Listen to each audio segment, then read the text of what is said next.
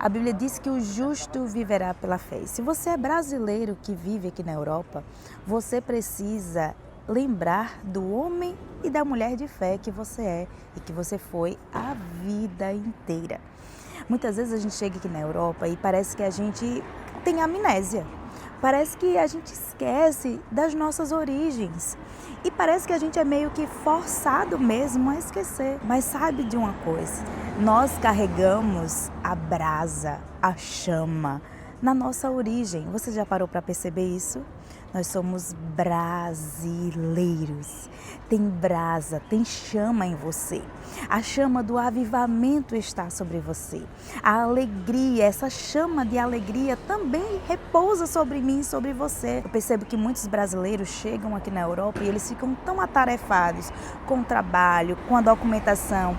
E são coisas válidas, são coisas lícitas e de fato são até justificáveis que a gente se perca por um tempo, se estabelecendo, vendo a questão da moradia, vendo onde vamos ficar, como é, são tantas questões.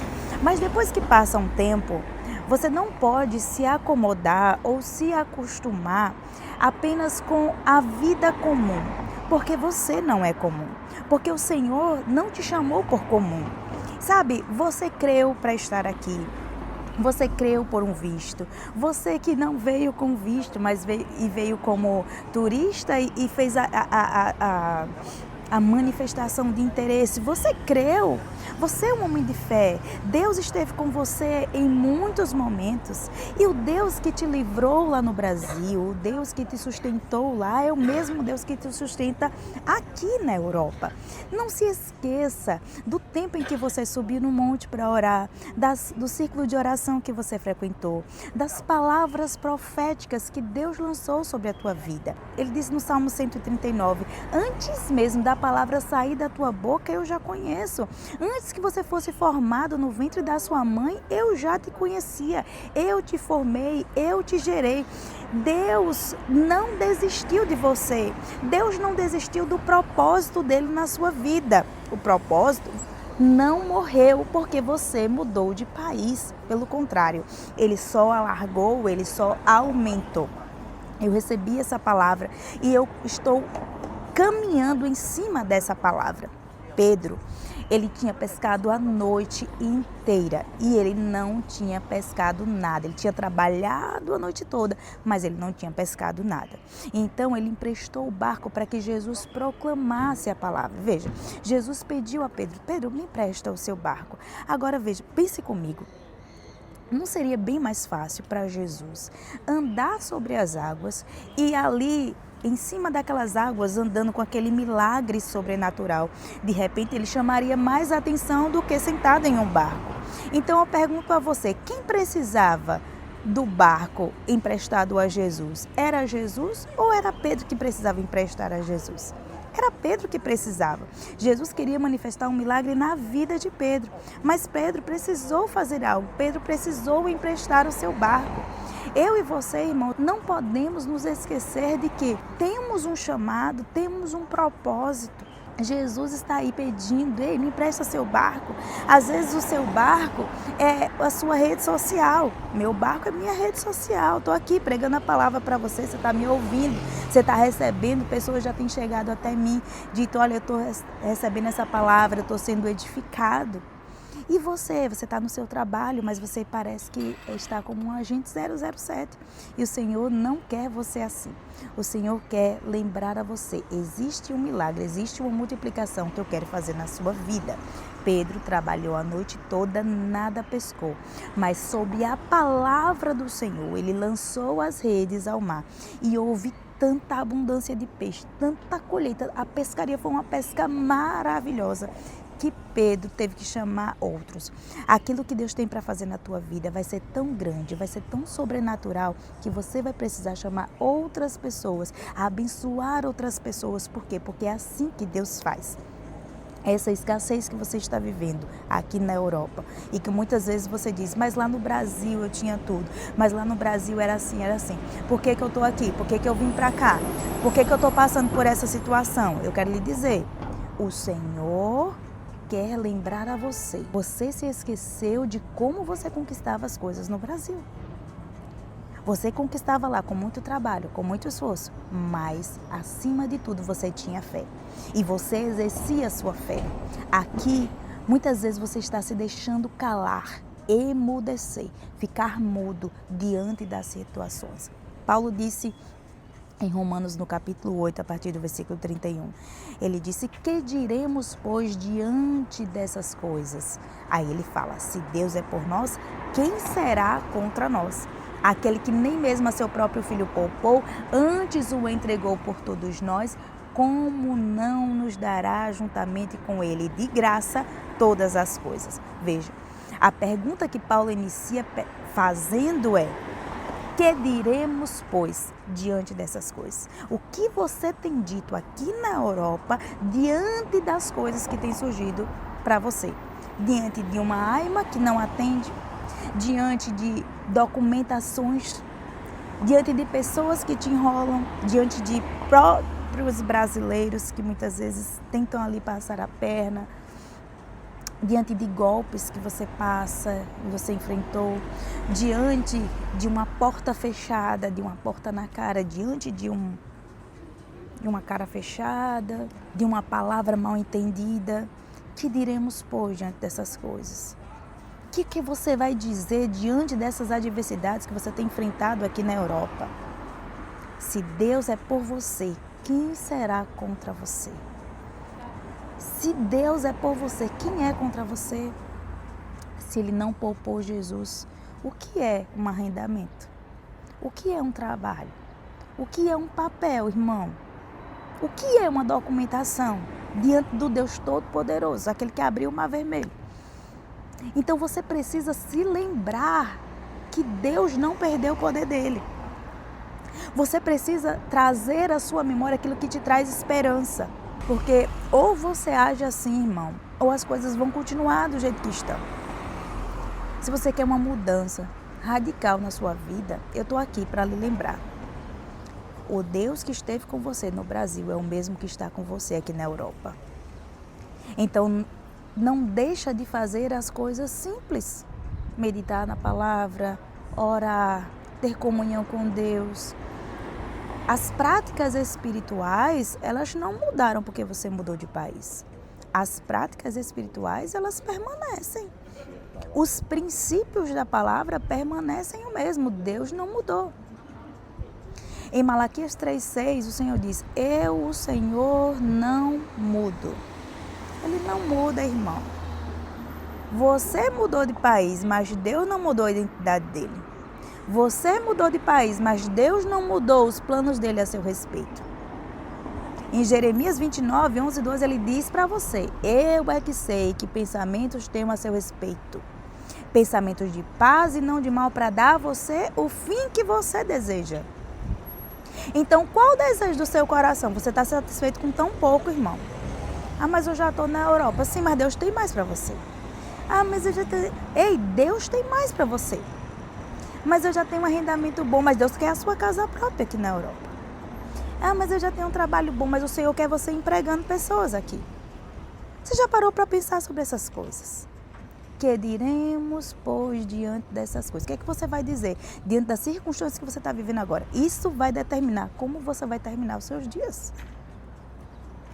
Mas eu já estou feliz, porque assim, aqui a gente tem segurança. Glória a Deus por isso. A gente já tem segurança. Eu morava num bairro muito perigoso e aqui eu tenho segurança. Eu estou satisfeito com isso. Irmão, Paulo diz para a gente estar contente. Contentai-vos com as coisas que tendes. Ok, fique contente, mas não se conforme. Você está comigo aqui? Não se conforme, por quê? Porque Deus tem mais. Existe um nível maior. Existem coisas maiores e melhores em Deus para a sua vida. E se você não parar, e se você falar a coisa certa, diante das adversidades, se você se lembrar de quem é seu Deus e da aliança que você tem, os seus dias aqui na Europa começarão a partir de hoje serem de um degrau de glória para um degrau de glória. Porque, deixa eu te dizer uma coisa, Deus não responde ao choro. Deus não responde à lamentação, à murmuração. O que atrai a atenção de Deus é a nossa fé. 4 vezes na Escritura está escrito: o justo viverá pela fé. O justo viverá pela fé. O meu justo viverá pela fé. O justo viverá pela fé. Ei, não existe outra maneira de você viver. Se você está vivendo fora disso, irmão, você está vivendo em pecado, porque a Bíblia diz que tudo que não provém de fé é pecado. E você sabe que tem muitas pessoas preocupadas no pecado de prostituição, nos pecados do corpo, referentes ao corpo. Será que essa roupa? Será que isso? Será que essa palavra? Será que beber isso? Será que falar isso? Será que comer isso? Paulo fala disso, né? A gente fica preocupado com o que comer, com o que beber, com não sei o que, com o que vestir, nananana. Coisas pequenas. E a gente se esquece do que é real, do que é fundamento. E o que é fundamento? É a fé. O que agrada a Deus, irmão, é a fé. Hebreus 11:6 diz: sem fé é impossível agradar a Deus. Porquanto é necessário. O que é necessário? Você pega essa palavra necessário, você destrincha ela. Por exemplo, deixa eu te explicar. Para um carro se locomover de um lugar para outro, é necessário que ele tenha combustível. Ainda que ele seja um carro elétrico, ele precisa estar carregado. A carga é o combustível. Você está comigo aqui? Então, quando Deus diz assim na palavra, é necessário, você precisa ter isso em mente, necessário. Ou seja, para sair daqui, para aqui, precisa de algo, sem isso não vai, pronto. É necessário que aquele que se aproxima de Deus creia, em primeiro lugar. Creia que Ele existe. E sabe, irmão, eu sei que nessa parte todo mundo passa. A maioria das pessoas passam. Eu sei que aqui na Europa a gente encontra muitas pessoas ateias, né? Muitos ateus. Não acredito em Deus, não acredito em Deus. Deixa se afogar. Joga a pessoa no meio do oceano. Deixa lá. Quero ver se ela não vai chamar por Deus. Quero ver se ela não vai dizer: Deus, socorro, Deus. Está comigo aqui? Então pronto. Ponto 1. A maioria crê. Vou botar assim, a maioria, tá? A maioria das pessoas crê em Deus. Crê que Ele existe. Agora, no segundo ponto, até aqueles que creem, aqueles que professam, aqueles que jejuam, aqueles que oram, aqueles que sobem monte, aqueles que fazem sacrifícios, maioria, muitos, não passam. Não passa em quê, pastor? Não passa nessa parte. Porque o versículo não termina aqui. É necessário que aqueles que se aproximam de Deus creiam que Ele existe. Não termina aí, não é um ponto final, é uma vírgula. Creiam que Ele existe, mas também creiam que Ele se torna galardoador dos que o buscam. Você sabe o que é galardoador? Galardoador é presenteador, é abençoador, aquele que ama presentear. Então, é preciso crer que Deus existe e a maioria das pessoas passam nesse ponto, mas uma boa parte não passa no segundo ponto. Uma boa parte não acredita que Ele está disposto, que Ele quer presentear você com aquilo que deseja o seu coração. Mas no Salmo 37:4, Davi, debaixo de uma aliança inferior, ele já tinha essa consciência. Ele disse: agrade ao Senhor. Agrade ao Senhor e Ele satisfará o desejo do seu coração. Ou seja, qual é o desejo do seu coração? Muitas pessoas não ousam nem desejar. Já percebeu que muitas pessoas elas oram assim: Deus, o que o Senhor quiser tá bom para mim. Deus, o que o Senhor quiser, se tu quiseres, vai tá bom. Não. Jesus está perguntando a você: qual o desejo do seu coração? O que você quer? Quando você chegou aqui na Europa, qualquer lugar servia para morar. Um quarto, qualquer coisa. Você fez essa oração assim? Parece que eu estava lá, né? Qualquer lugar serve, Senhor. Não, irmão. Você precisa ser específico nas suas orações. Ok, qualquer lugar servia, mas agora que você está nesse lugar, está contente onde está? Se não está contente onde está, irmão, começa a dizer como você quer. É um T1? É um T2? É um T3? É um T4? Como é? É uma morada? É moradia em banda? Ah, mas não, eu morar numa moradia em banda? Eu morar numa morada? Ei! O Deus que criou o universo, você é filho dele, irmão. Eu morar num T3? Minha família morar num T2? Não, oxente. Ei, irmão. Olha o jeito da baiana aqui. Ei, irmão, você precisa crer que ele se torna galardoador, que ele é abençoador daqueles que o buscam. Você está comigo aqui? Deus ama dar presentes. Mas sabe, ele ama satisfazer o desejo do seu coração. Mas para isso você precisa dizer a ele o que é que o seu coração deseja. O que deseja o seu coração? Eu me lembro que Jesus chegou para Bartimeu, um cego. Um cego, irmão, e estava ali clamando: Jesus, filho de Davi, tem misericórdia de mim. Quando Jesus chegou para ele, veja, ele estava orando, ele estava clamando. E Jesus estava diante dele e Jesus simplesmente estava vendo que o homem era cego. Mas é interessante que Jesus faz uma pergunta assim que quem é religioso não consegue entender. Porque o religioso, ele tá achando que Deus tem o controle, ele é como uma marionete, fazendo assim, a gente de marionete, ele vai pra cá, foi Deus que mandou, foi pra lá. Não, irmão. Jesus está perguntando: o que é que você deseja? Ele perguntou para Bartimeu, um cego, que clamou, que orou, que gritou, e o povo disse: cala a boca, cego. Ele: não, traz ele aqui. Quando ele está diante dele, ele pergunta: o que é que você quer mesmo?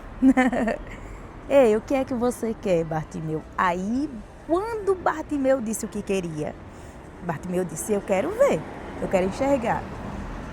Pronto. Aí Jesus disse: então veja, exatamente o que você pedir, exatamente o que você quiser, o que você desejar, o que o seu coração quiser, eu te darei. É só crer, irmão. Jesus disse em João, perguntaram a ele: quais as obras de Deus? Ele disse: a obra de Deus é esta, uma obra. Qual é a obra de Deus? Que creiais naquele que ele enviou. Se você crer no Filho, irmão, você tem a vida. Se você crer, irmão, em Deus, você vai agradar a Ele. Mas não é só crer que Ele existe, é crer que Ele é galardoador, é crer que Ele é presenteador dos que o buscam. O emprego que você deseja está a uma oração de fé. A casa, a morada que você deseja está a uma oração de fé. Os documentos que precisam sair para você está a uma oração de fé. Que tal você começar hoje a ousar e ter orações mais ousadas em Deus? Deus está esperando que você diga a Ele o que deseja o seu coração. Deus está esperando que saia da sua boca a palavra da fé.